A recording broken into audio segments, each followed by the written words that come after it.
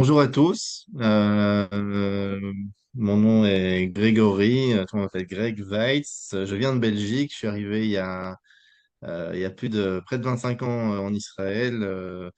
J'ai fait mes études de droit ici à l'université de Bar-Ilan et ça fait quasiment 17 ans, 18 ans qu'on a un cabinet d'avocats à Tel Aviv. On se spécialise principalement dans tout ce qui est le droit immobilier, successoral, fiscal et avec une particularité, c'est que la plupart de nos clients sont des résidents étrangers, des nouveaux immigrants, des gens qui ont des affaires un petit peu dans plusieurs pays.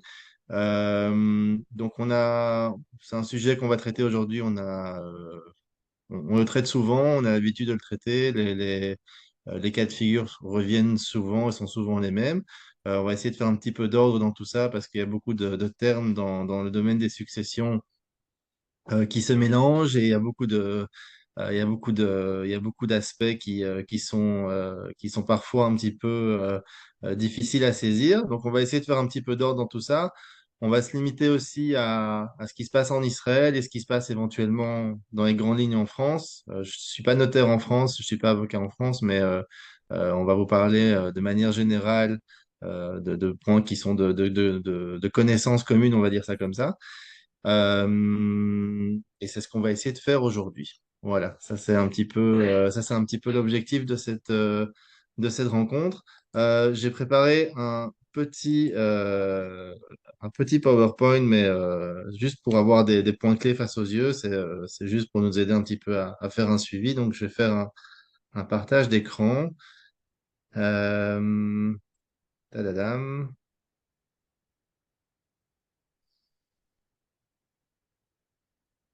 Ok, je pense que c'est bon. Voilà. Super. Donc voilà, donc c'est le droit des successions en Israël, c'est un principe très large, c'est un principe très grand et qui regroupe pas mal de points. La première chose qui est très importante, c'est de comprendre euh, quel est le droit applicable. En fait, c'est la première question qu'on se pose quand on a une succession en Israël, c'est quel est le droit applicable? Pourquoi? Parce que le droit applicable, c'est qui va définir qui sont les héritiers, l'identité des héritiers, la manière dont on répartit un patrimoine au décès d'une personne. Et donc, c'est la première question qui est très importante. Euh, alors, la partie facile, c'est quand une personne décède dans un pays de résidence. Et donc, fatalement, le droit applicable sera le droit de son dernier pays de résidence. Donc, à titre d'exemple, une personne qui habite de manière permanente en Israël avant son décès, qui décède en Israël, par défaut, le droit applicable sera le droit israélien. D'accord? Et il y a bien évidemment des exceptions à la règle. C'est si, pour une raison ou pour une autre, une personne choisit par voie testamentaire de définir qu'un autre droit d'un autre pays sera le droit applicable. Et alors, à ce moment-là, on doit se référer à un droit étranger. Et là, ça commence un petit peu à compliquer les choses. Donc, par défaut, le droit applicable est le droit du pays de résidence du défunt, à moins que le défunt en question décide ou en décide autrement par voie testamentaire. D'accord? Euh, Ce qui est important aussi, ce qu'on ne va pas traiter aujourd'hui, je l'ai marqué ici, c'est un petit peu tout l'aspect aussi religieux. En Israël, c'est un pays un petit peu particulier où le droit civil et le droit religieux se mêlent. Aujourd'hui, on va se concentrer uniquement sur le droit civil sans parler des options successorales au niveau du droit religieux. C'est un domaine à part entière, c'est un domaine très particulier également qu'on ne va pas traiter aujourd'hui. On va se limiter au droit civil. Euh, En Israël, la loi qui régit les successions est la loi des successions de 1965, c'est la base juridique principale. Cette loi-là, elle définit exactement la manière dont une succession doit être ouverte, quelles sont les compétences du tribunal israélien, quelles sont les compétences euh, au niveau du patrimoine qui se trouve en Israël, est-ce qu'il y a des compétences qui sont extraterritoriales, etc., etc. Et cette loi-là, en fait, définit toutes les conditions et régit en fait toutes les règles des successions en Israël. C'est la seule loi d'ailleurs qui fait foi en Israël au niveau des successions.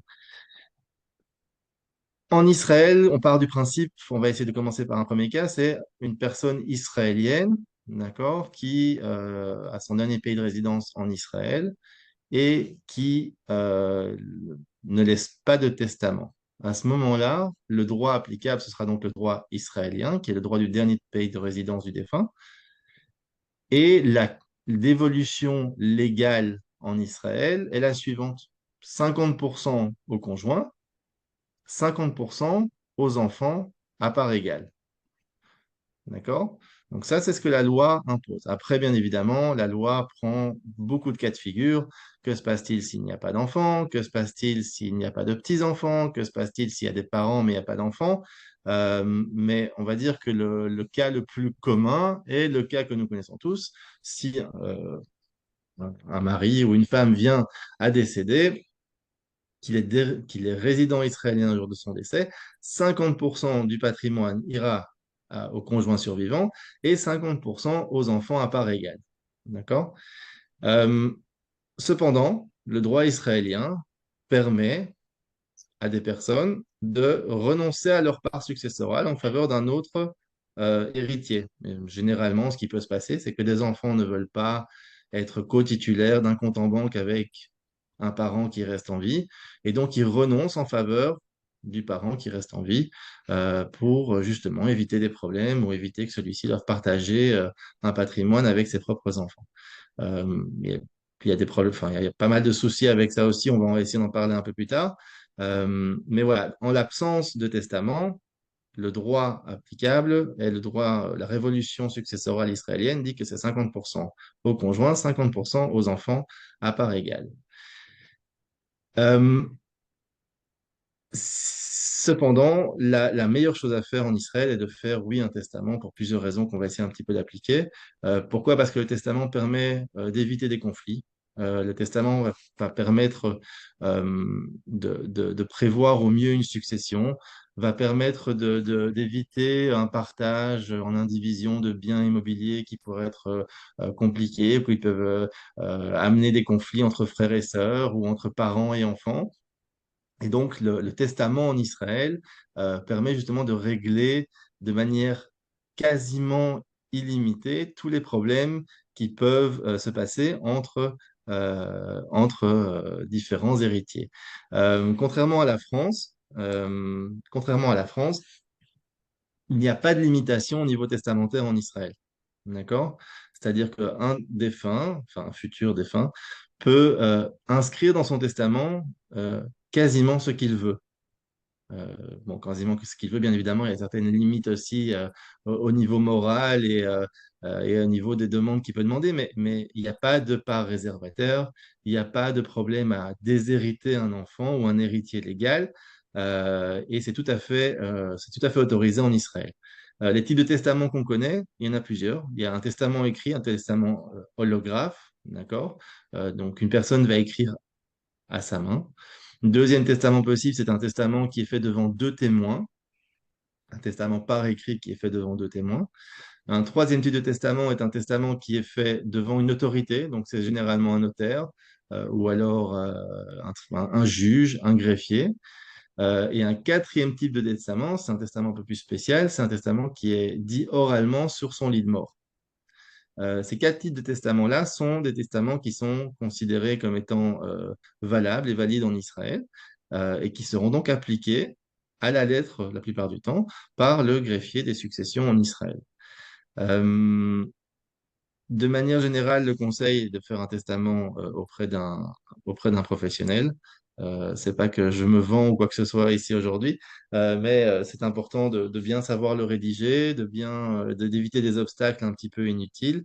Et donc, c'est toujours plus recommandé de faire ça auprès d'un professionnel. Alors aussi, contrairement à la France, il n'y a pas ce terme, enfin, il y a des notaires en Israël, mais les avocats sont en mesure de rédiger ce testament et d'être témoins du testament de la même manière qu'un notaire peut le faire aussi.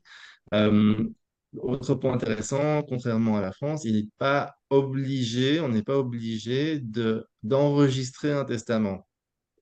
C'est-à-dire que ce n'est pas une obligation d'aller ici auprès du greffier des successions, d'aller enregistrer le testament. C'est une possibilité, mais ce n'est pas du tout une imposition.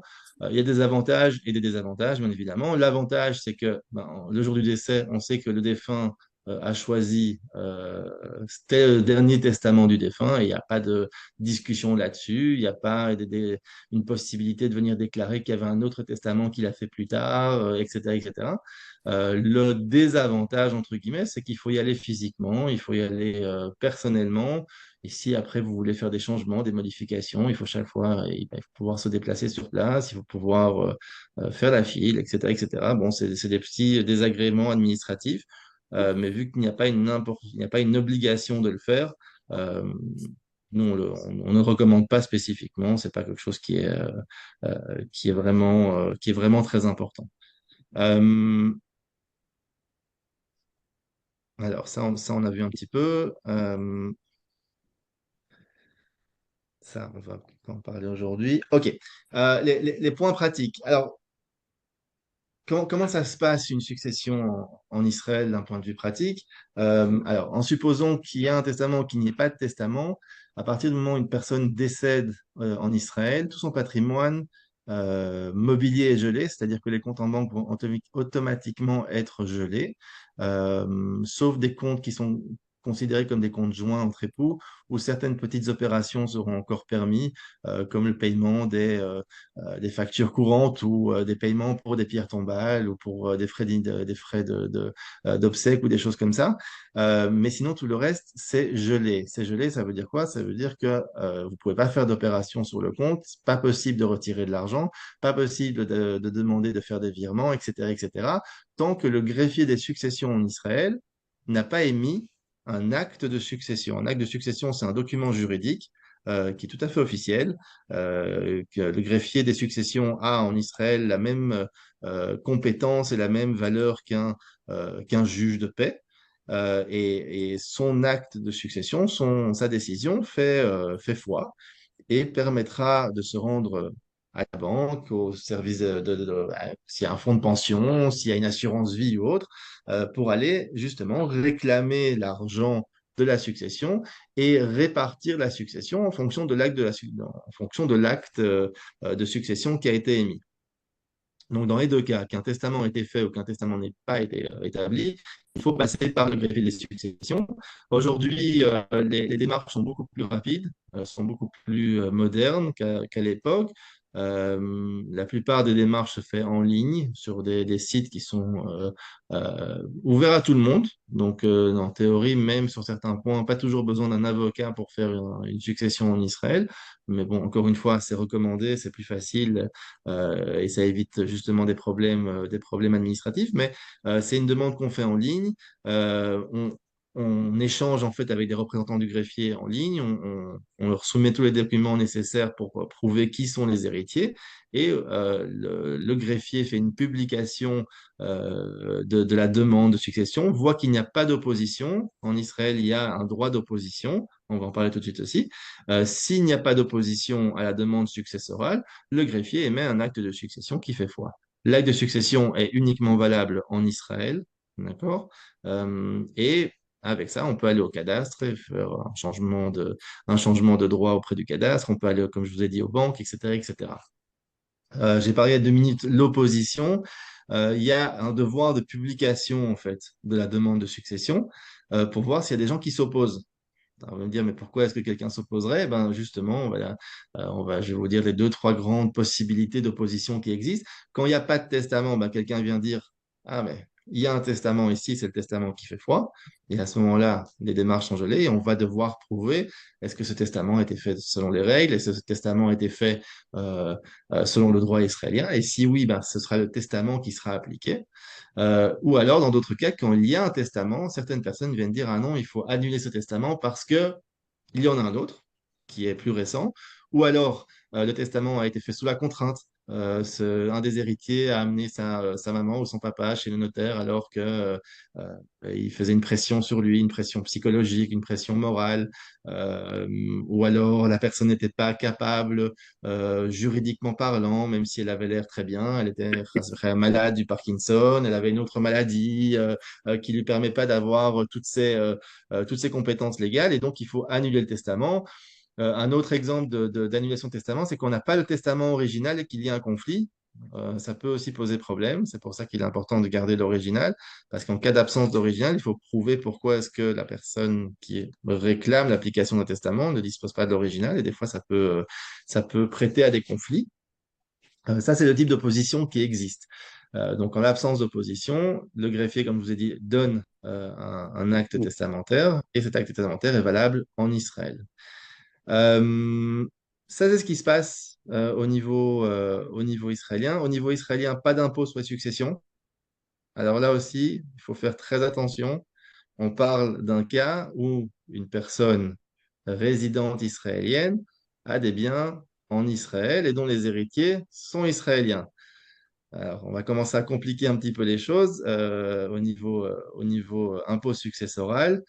Si pour une raison ou pour une autre, la personne qui décède est résidente israélienne mais a des héritiers en France ou a des biens en France, à ce moment-là, au jour d'aujourd'hui, selon le droit français, les héritiers français ou les biens français seront imposés. D'accord? Il n'y a pas une dispense d'impôt uniquement parce que le défunt était résident israélien. S'il a des biens à l'étranger ou s'il a des héritiers à l'étranger, à ce moment-là, chaque pays a le droit d'appliquer des règles qui sont particulières à leur droit fiscal. Et vu qu'on a dit qu'on allait traiter aujourd'hui d'Israël et de la France pour l'exemple, ben, à ce moment-là, même si un défunt décède en Israël et qu'il a des biens en France ou des enfants en France, ceux-là peuvent être imposés sur la succession. Donc c'est pour ça que, par exemple, c'est pour ça qu'il est très important de faire des testaments pour pouvoir justement éviter ces genres de pièges et essayer de comprendre si certaines personnes ont des enfants qui sont à l'étranger, certaines personnes sont résidents israéliens et ont des enfants en Israël. Des fois, ça vaut la peine justement de faire une répartition intelligente qui évitera une imposition, que ce soit sur un bien qui se trouve à l'étranger ou pour un enfant qui reste encore résident français. Donc ça, c'est un jeu stratégique qu'il faut faire un petit peu. C'est des réflexions qui sont très intéressantes, qui sont très importantes parce qu'elles peuvent faire économiser des dizaines, voire des centaines de milliers d'euros en fonction des patrimoines. Et c'est vraiment très, très important de le faire. Euh, je reviens sur un dernier petit point ici aussi important au niveau des litiges, à savoir que si un litige est en Israël, c'est le tribunal de la famille donc, qui va œuvrer ici et qui va régler le problème. Euh, c'est juste un petit point que j'avais oublié de vous dire. Donc à partir du moment où il y a une opposition, ça passe au tribunal automatiquement. Euh, alors, ça, c'est par rapport à ce qui se passe en Israël. Ça, c'est par rapport à la manière dont les choses se passent en Israël. Et on va essayer d'aborder un tout petit peu ce qui se passe par rapport à d'autres cas où on a, par exemple, un défunt qui est résident français le jour de son décès et qui laisse des biens en Israël. C'est un cas qui est relativement courant parmi nos clients. À ce moment-là, le défunt français ou les héritiers plutôt, vont se tourner vers le notaire en France, vont ouvrir une succession en France. Et comme je vous ai expliqué au départ, le greffier israélien va appliquer le droit du pays de résidence du défunt. Le droit pays de résidence du défunt est la France dans ce cas-là. Et donc, le droit français sera appliqué sur le patrimoine en Israël. D'accord? Donc ça, c'est important à comprendre. Si le défunt est décédé en France, le droit français sera appliqué en Israël. Et là, je vous ai aussi dit au début du webinaire, c'est qu'il y a une possibilité aujourd'hui, selon des régulations européennes, de choisir un droit applicable. Et là, ça devient très intéressant. C'est-à-dire qu'en Israël ou en France, une personne peut décider que le droit israélien ou le droit français s'applique sur toute sa succession, y compris la succession en Israël et y compris la succession en France. Donc, on va essayer de prendre un exemple pour vous expliquer ça. Supposons que nous avons monsieur Monsieur Cohen, qui est résident français, mais qui a aussi une nationalité israélienne. Selon les nouvelles règles européennes depuis, enfin nouvelles règles, ça fait déjà depuis quasiment une dizaine d'années, mais selon les règles européennes en vigueur, Monsieur Cohen pourrait décider par voie testamentaire que le droit israélien s'applique sur toute sa succession. Et vous allez dire, mais pourquoi est-ce que c'est intéressant? Pourquoi est-ce que M. Cohen voudrait faire ça? Ben, en fait, le droit israélien, comme on l'a dit au début, ne limite aucunement la manière de léguer son patrimoine. On peut donner plus à un enfant, moins à un enfant, on peut donner à un oncle ou à une tante. Et ça veut dire que certaines personnes peuvent trouver certains avantages à vouloir, à ne pas être limitées par les restrictions du droit français en termes de succession et de vouloir appliquer donc le droit israélien qui permet beaucoup plus de liberté. Donc, dans le cas de M. Cohen, il pourrait très bien faire, vu qu'il est israélien de nationalité, même s'il est français de résidence, décréter par voie testamentaire qu'il aimerait que le droit israélien s'applique sur toute sa succession, et donc de telle manière de préférer un enfant à un autre, de répartir d'une certaine manière son patrimoine, etc., etc. Attention, ça n'a aucune incidence sur l'impôt successoral. C'est uniquement en droit civil, uniquement au niveau de la répartition civile entre les héritiers. Euh, Idem dans l'autre sens, bien évidemment, un monsieur Cohen qui est résident israélien peut très bien vouloir dire qu'il veut appliquer le droit français, le droit suisse, le droit canadien en fonction de ce qui l'intéresse, même si généralement le droit israélien est préférable parce qu'il est beaucoup plus libre. C'est un peu le cas, je suppose que tout le monde connaît un petit peu, le cas de Johnny Hallyday avec David Hallyday, Johnny Hallyday qui a décidé à un moment donné de vouloir appliquer le droit de son pays de résidence, qui était, je pense, le droit. Enfin, je ne connais pas le dossier euh, dans les détails, mais au final, il a voulu appliquer un droit étranger aux dépens du droit français, et c'est un petit peu ce qui a fait tout le balagan avec ses enfants, mais il y avait droit parce que justement les régulations européennes le permettaient. Et donc, ça lui a permis de préférer certains de ses enfants à d'autres, ça lui a permis de préférer peut-être son épouse à d'autres, etc., etc. Mais c'est le meilleur exemple, ou l'exemple le plus connu, on va dire, c'est exactement le cas de Johnny Hallyday. Le fait de pouvoir faire ça, donc, permet beaucoup d'arrangements, permet beaucoup de manipulation, permet de mieux gérer l'après l'après-vie au niveau patrimonial. Ça permet des fois d'éviter des impôts parce que on veut donner certains biens à un enfant qui est résident dans un autre pays, par exemple. Ça peut permettre aussi à éviter des conflits entre enfants en disant, voilà, moi j'ai deux enfants qui s'entendent pas, ben, je vais pas leur donner le même appartement, je vais faire un appartement pour un appartement pour un autre, un compte pour un compte pour un autre. Ça peut être aussi des répartitions qui disent, j'ai deux enfants qui habitent en Israël, j'en ai deux autres qui habitent en France, donc ceux qui habitent en Israël, on va leur donner le bien israélien, ceux qui habitent en France, on va leur donner le bien en France. Je veux dire, d'exemples qui sont intéressants, mais le fait de pouvoir choisir le droit applicable, et dans tel cas, choisir le droit israélien, c'est un avantage non négligeable par rapport à beaucoup d'autres pays en Europe, voire dans le monde. Euh, Quelques aspects aussi pratiques qui est important de comprendre. Euh, Quand quelqu'un décède, qui a une double nationalité, il faut faire attention que au niveau des inscriptions cadastrales, au niveau de la manière dont certaines personnes des fois changent de nom, hébraïsent un nom, des fois certaines personnes donc n'actualisent pas leur identité auprès des services financiers, auprès des banques, auprès du cadastre, et des fois ça peut causer des problèmes. Je peux vous donner deux petits exemples qui nous sont venus, par exemple. Un certain monsieur avait acheté un jour un appartement dans les années 80 avec un ancien passeport français. Entre-temps, il était devenu israélien 30 ans plus tard et il est décédé. il a fallu prouver en fait que la personne, cette personne qui est décédée était la même personne qui détenait, au nom duquel était inscrit un appartement au cadastre, parce que au cadastre, son appartement était inscrit avec un passeport qui n'était plus valable et dont les documents n'existaient plus. Et aujourd'hui, il est décédé en tant qu'Israélien. Et donc, on a mis plus de temps à prouver l'existence même du droit que du droit immobilier dont il disposait que de s'occuper de toute la succession. C'est des petits détails techniques qui sont importants. Idem pour les personnes qui hébraïsent leur nom. L'acte de succession en Israël, ben, il sera émis avec le nom qui est inscrit au registre. Et puis des fois, il s'avère que c'est pas le même nom qui est inscrit sur un fonds d'assurance vie en France.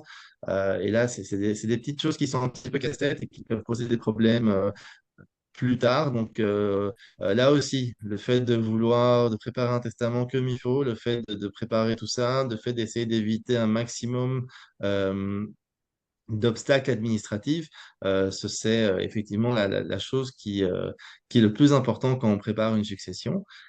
Euh, Ça, c'est les grands points. Il y a beaucoup d'exemples qui me viennent à l'esprit. Il y a beaucoup de choses dont on peut parler. Mais les grands points sont là. Ils sont clairs. Faites un testament si vous avez la possibilité, si vous êtes soit israélien, soit de résident israélien et que vous avez une double nationalité, faites un testament parce que ça risque de vous poser des problèmes après. Si même si vous n'êtes pas israélien, même si vous n'avez pas de bien, pardon, à l'étranger, faites un testament également. Ça aussi, j'aimerais en parler. On a parlé au départ du droit successoral, enfin de l'ordre successoral, qui est que 50%, en cas d'absence de testament, 50% va au conjoint survivant et 50% aux enfants à part égale. Et là aussi, ça peut poser pas mal de problèmes. Des fois, un parent est un petit peu âgé et se retrouve copropriétaire avec des enfants d'un compte en banque. Ces enfants-là sont mariés, peut-être avec euh, bon, c'est un terme un petit peu vulgaire, mais les pièces rapportées, on va dire, euh, et, euh, et n'ont pas toujours les mêmes intérêts que le parent. Et des fois, ben, on va dire, on va essayer de convaincre un vieux parent d'aller peut-être dans une maison de retraite et d'aller récupérer un appartement ou d'aller vendre un appartement ou des choses comme ça. Et bon, malheureusement, dès qu'il y a de l'argent, ça fait toujours des problèmes, même dans les meilleures familles. Et on peut arriver à des situations un peu catastrophiques où une personne âgé, qui a travaillé toute sa vie, qui a été un parent formidable, ben, se trouve dans une situation où, pour des raisons financières, il se retrouve sans rien, en fait, tout simplement, où il se trouve limité dans les capacités qu'il a à pouvoir gérer son argent et à gérer son patrimoine. Il y a des situations qui sont horribles. Et le fait de faire un testament protège, en fait, un petit peu le, le conjoint survivant justement d'éviter de partager son patrimoine tant qu'il est en vie avec ses enfants et puis avec éventuellement d'une manière indirecte les maris ou les femmes de ces mêmes enfants. Euh, il y a malheureusement beaucoup de cas comme ça où c'est pas des abus, hein, parce que c'est au final, c'est des droits qu'ils ont, mais des gens qui ont 1%, 2%, 3%, 20%, 15% d'une succession et se permettent de faire beaucoup de balagan avec ça. À savoir qu'en Israël, quand vous héritez et que vous obtenez même ne fût-ce qu'1% d'un bien immobilier, vous avez le droit de demander la dissolution, la vente forcée du bien immobilier. Donc, imaginez-vous une situation où vous avez un couple de parents qui a un appartement, il n'y a pas de testament qui a été fait. Disons que monsieur et madame avaient l'appartement à hauteur de 50-50 au niveau des droits. Euh, on va laisser passer monsieur parent premier. Madame donc, va récupérer 75% du patrimoine immobilier et 25% va aller aux enfants. Et même si on a un enfant, deux enfants, trois enfants, n'importe quel enfant peut demander la vente forcée du bien et donc l'expulsion, on va dire, de facto de sa maman de l'appartement, même si elle va recevoir l'argent, la contrepartie de la vente à hauteur de 75%. Mais une personne n'a pas toujours envie de quitter son appartement à un certain âge, et malgré tout, il y a des possibilités. Donc c'est pour ça qu'un testament est important. On peut limiter un droit de vente, on peut limiter, on peut mettre des usufruits, on peut définir des conditions de vente. Il y a énormément de choses qui est possible de faire dans le cadre d'un testament. Donc, c'est pour ça que c'est toujours vraiment très, très important. Autre point aussi, pourquoi il est important de faire un testament, je pense, en Israël, c'est que quand on parle de remariage, de couples qui ont eu des enfants avec deux femmes ou deux maris, peu importe, ne pas faire de testament peut mener à une situation terrible où les enfants, les premiers enfants d'un des membres du couple sont quasiment lésés euh, en faveur, enfin en défaveur des autres enfants du couple. Donc ça peut être des situations tout à fait, on va dire, enfin, pas grotesques, tout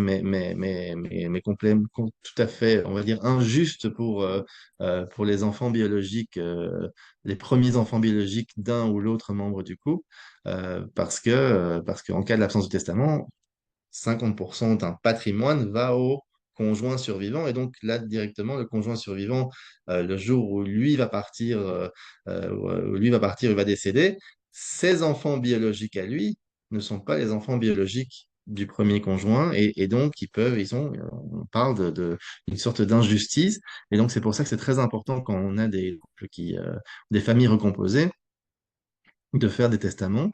Euh, Autre point aussi qui est très important que j'ai oublié de parler, c'était pourquoi faire un testament en Israël, c'est que, comme je vous ai dit, en l'absence de testament, c'est le conjoint survivant qui reçoit 50% de l'héritage. Alors, c'est pas un problème, mais en Israël, c'est pas obligatoirement un mari ou une femme qui est considéré comme conjoint survivant. Ça peut être un concubin, ça peut être quelqu'un qui habite avec quelqu'un d'autre depuis des années, sans pour autant être marié. Et à ce moment-là, ça peut causer là aussi de gros soucis, on va dire, familiaux, parce que on a eu le cas une fois de quelqu'un qui était en couple avec une autre personne, et même ils ne se sont jamais mariés, ils étaient ensemble depuis 3, 4 ans. Et ils ont réussi à prouver, enfin du moins le conjoint survivant a réussi à prouver qu'ils avaient un compte en banque commun, qu'ils vivaient une vie de couple ensemble, qu'ils habitaient dans le même appartement, etc., etc. Et donc il avait droit à 50% du patrimoine. Et donc ça a créé un gros, gros, gros, gros, gros problème familial. Ça a été mené jusqu'au tribunal. Mais c'est encore un exemple de pourquoi c'est important de prévoir sa succession au mieux et de le faire via la rédaction d'un testament qui va vraiment représenter, qui va vraiment enfin, refléter les desiderata d'un défunt. Euh, je pense que c'est les grandes lignes. Je pense que c'est des choses qui sont importantes à comprendre.